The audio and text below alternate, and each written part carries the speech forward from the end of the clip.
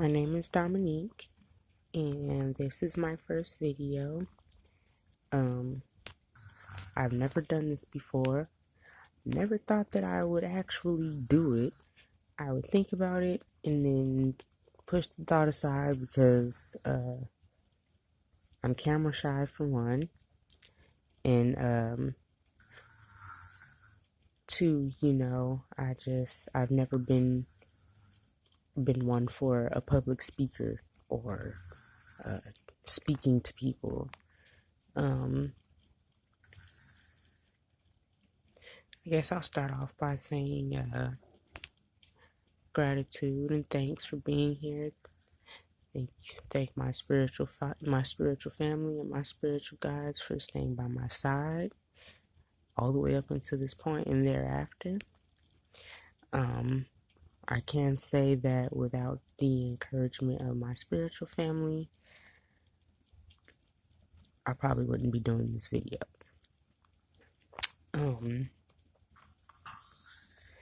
I haven't been practicing my spirituality long.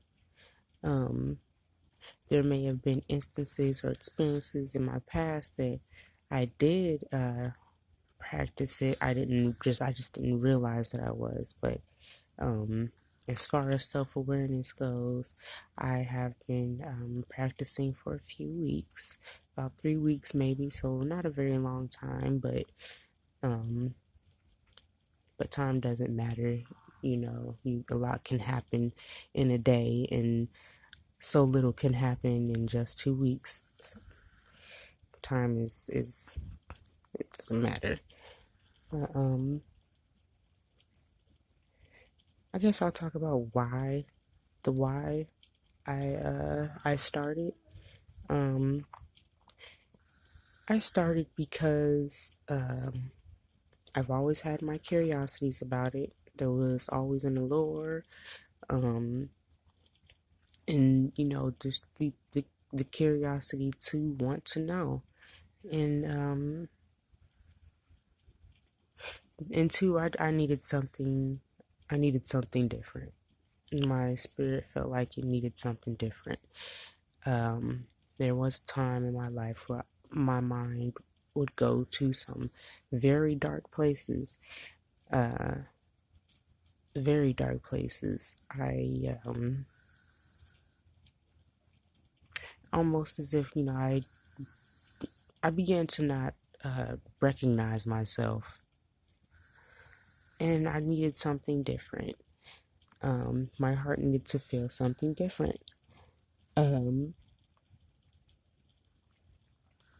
first, when I started, I didn't really do much research, because I had been, collecting research over the years and watching other, YouTube videos and taking notes, surfing the internet, looking up stuff, reading, watching videos. I actually started with the Vigilant Citizen, where where I would look up things as far as MK Ultra and the Illuminati goes, and the Hollywood industry, and especially in hip hop. That's where it started. And after a while, I kind of just worked my way up from there. And I suppose what I find interesting about practicing this is the fact that for a while I was afraid to do it because I didn't know what was in the beyond. I hadn't been practicing any particular religion. I don't go to church, didn't go to church. I haven't been to church since I was a teenager. The one thing that stood out to me was I'm not sure which chapter or verse this is, but one of the verses mentioned that the nation of Israel was is like a bride unto God. And that stood out to me because I know a lot of things in the Bible are used or are worded different to bury the truth under confusion and parables and the way that it's written. But it stood out to me because I noticed and realized that once I started this journey, it is a commitment. It's a commitment. It is a real commitment. You have to watch your thoughts. You have to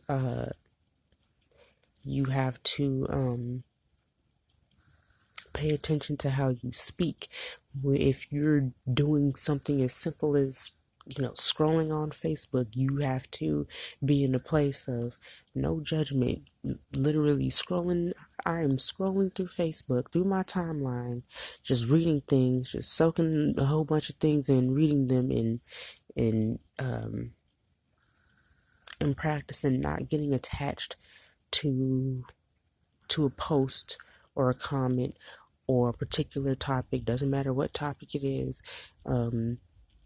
It could be somebody on my friend sharing a post of somebody else's drama, or the screenshot text messages between two people, and they're going back and forth, getting sucked into that drama, or or uh, or even when I'm talking to my friends and they're needing my advice or just needing to vent. I literally have to put myself in a place of I guess you could say neutrality, because I have to be able to pay attention to what they're saying, but also focusing on my own energy as well, and being careful to not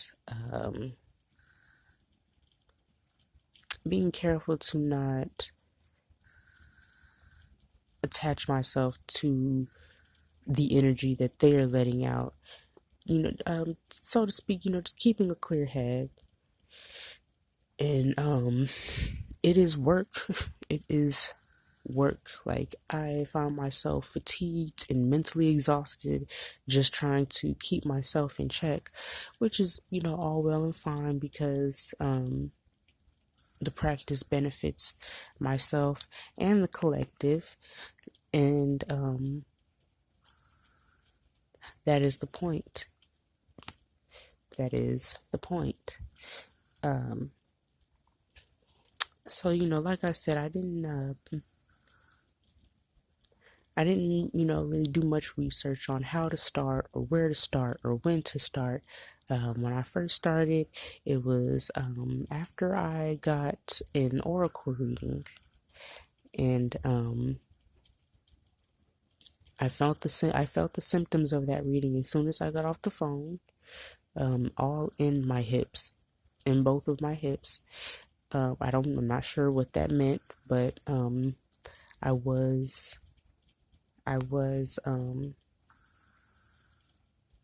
symptoms of the reading was mentioned to me, so I wasn't not expecting anything. I just didn't know what to expect, and there's a lot of that too. You can't dwell and ponder on what to expect or what's going to happen, what's going to be, because that's worry and concern, and worrying and concerning blocks some energies that you need to flow through you during your time of worrying, when you should either be in gratitude that you have the experience, or appreciating your decision and just being in that appreciation until you get your results, the results that you're looking for. Um, you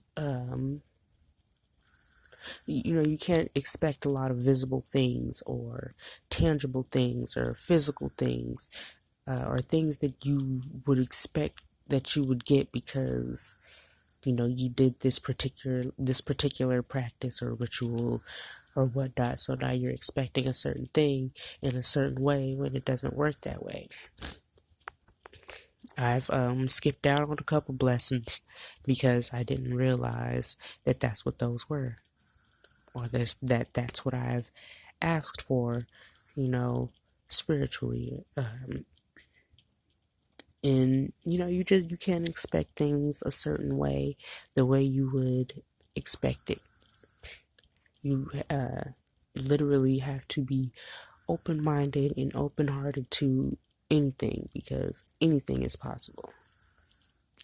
Anything is possible.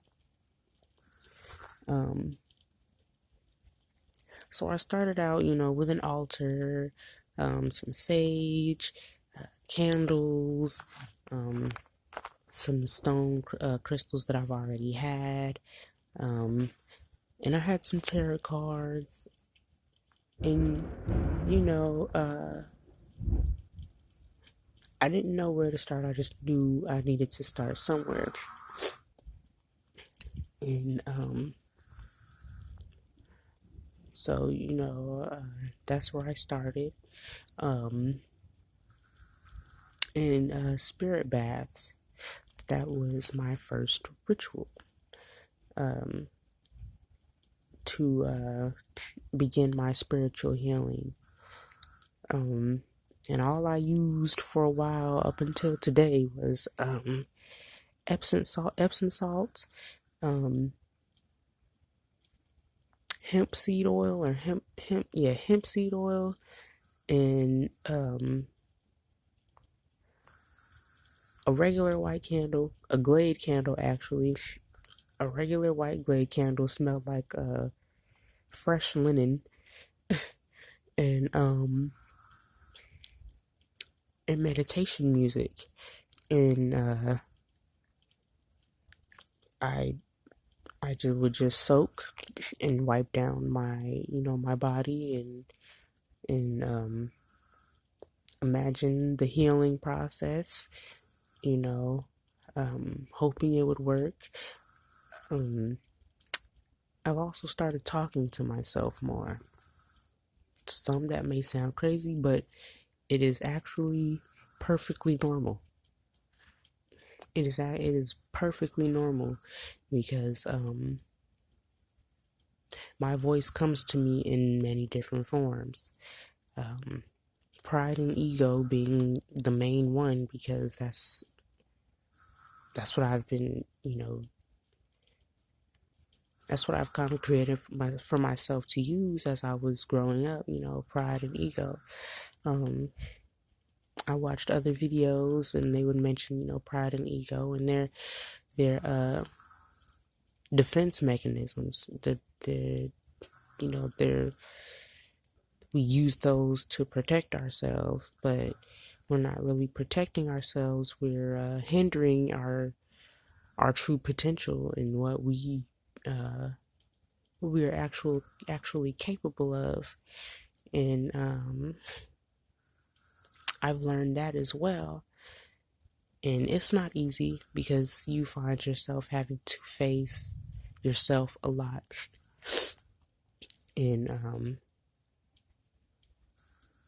And the fear of facing yourself is, that also falls under pride and ego.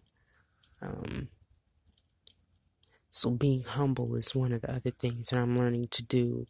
And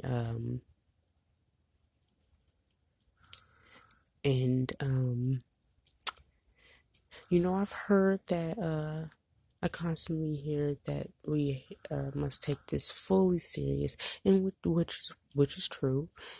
But more often than not, I find myself excited and happy and elated and relief, and I just want to smile a lot.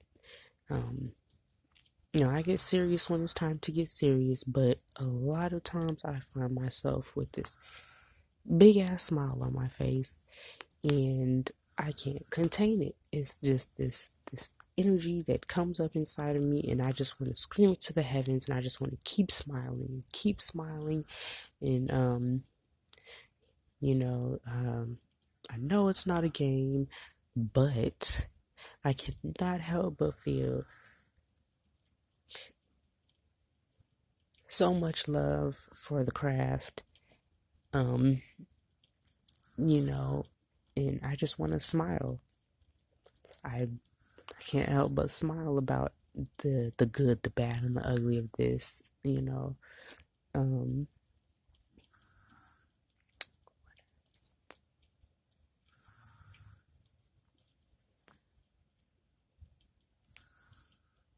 my camera just flickered. Um, I don't show any psychic abilities yet. I have managed to um manifest my own mistake twice in one day. Um, I had a drink on the side of the couch that I forgot about one night or one morning because I had it overnight, and I put it on the side of the couch before I left for work. And oh no, I put it on the side of the couch before I went to sleep. And when I woke up in the morning, I forgot it was there.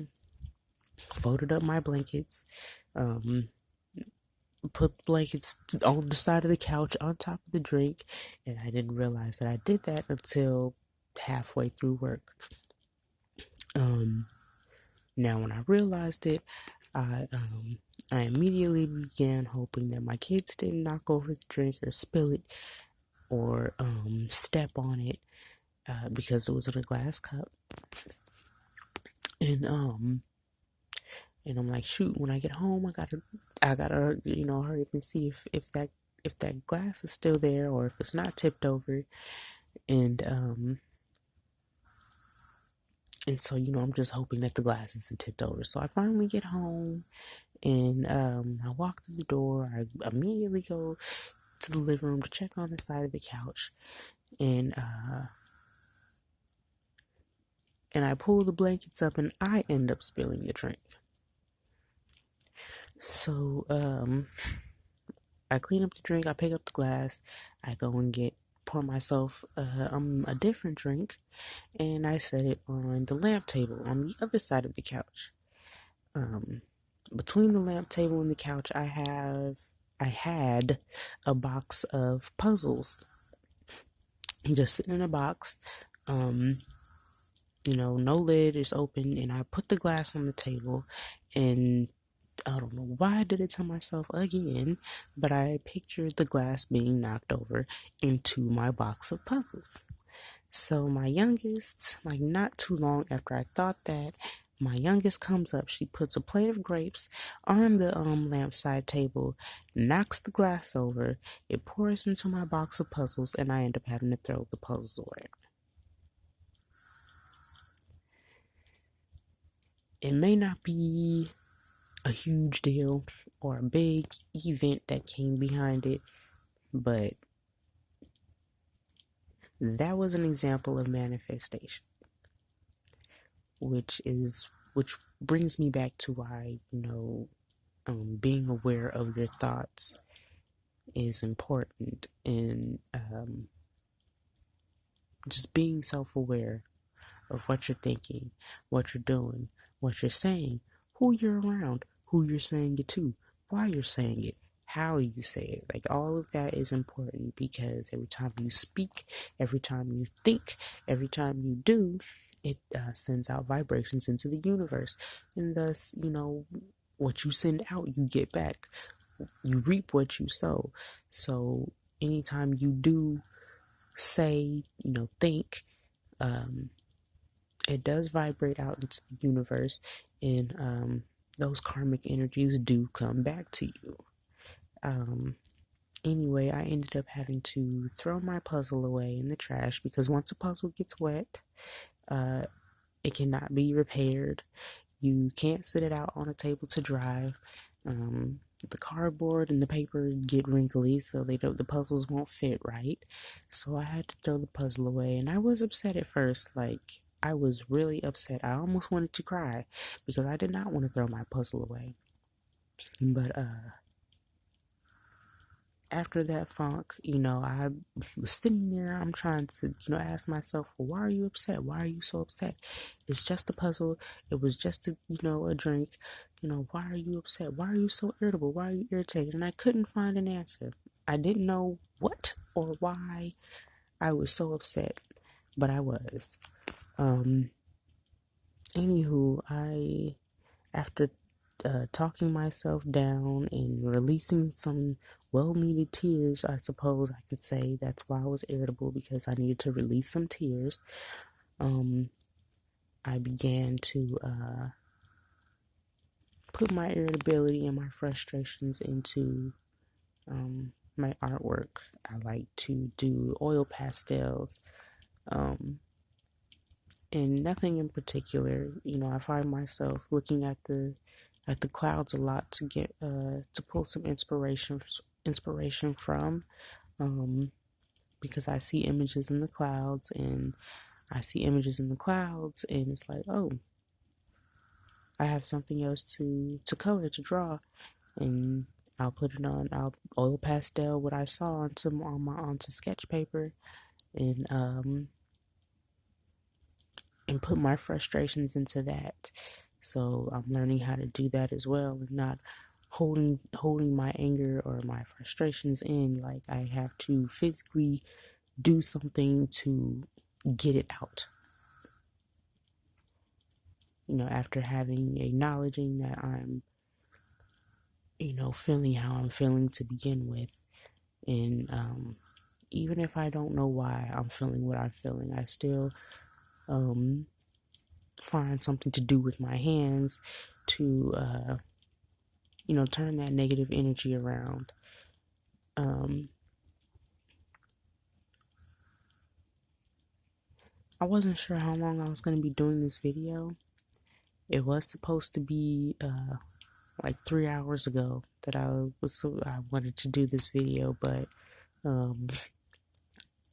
I put on some meditation music and lay down to, listen to it, and I ended up falling asleep.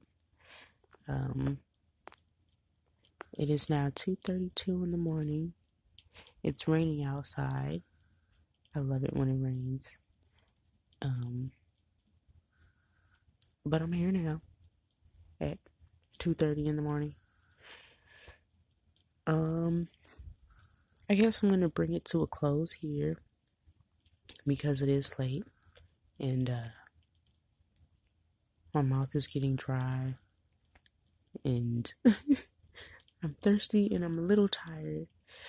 But I just wanted to, I needed to make this video because this was one of the things that I have off and on thought about doing, and never did it because I was camera shy, or I don't like public speaking, or I do not like how I look on camera. And on camera, I don't like how I look on the voice recorder camera.